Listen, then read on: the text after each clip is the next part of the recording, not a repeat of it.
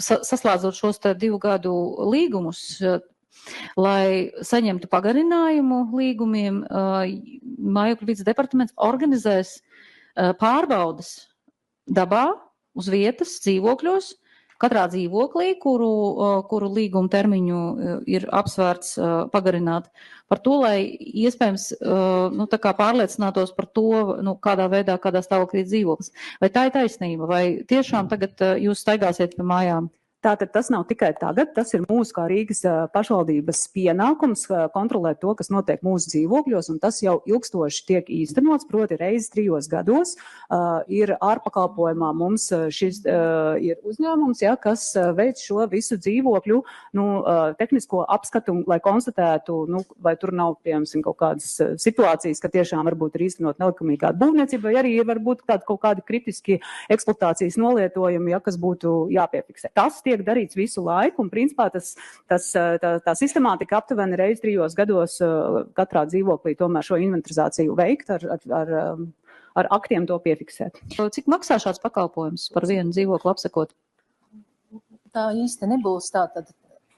Jebkura pārvaldnieka pienākums ir veikt šo apsekošanu, bet tas attiecās uz mūsu kapitāla sabiedrībām. Rīgas nami apseko dzīvokļus savās mājās, pārvaldīšana esošās mājās.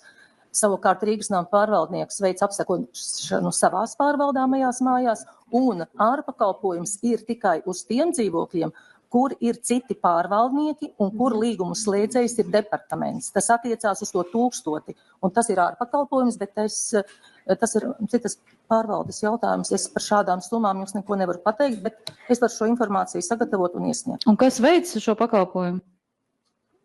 Konkursu kārtībā tur nepārtraukt mainās ik kaut kādu periodu, kas to veic. Es tiešām to tev nevarēšu šobrīd pateikt.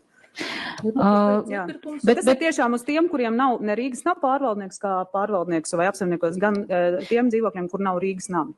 Tie ir 1000 dzīvokļi aptuveni.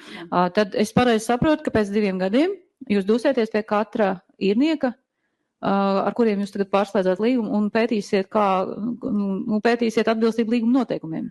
Šobrīd mēs runājam par tiem dzīvokļiem, kuri piešķirti dzīvokļu palīdzības ietveros. Uz tiem šie dzīvokļu pārbaudas tiek veikts visu laiku. Tas nav, ka pēc 2 gadiem vai kaut kad tuliņ sāksim. Tas ir jau nepārtraukti tiek veikts. Ja mēs runājam par tiem dzīvokļiem, kas ir piešķirti dzīvokļu palīdzības ietveros.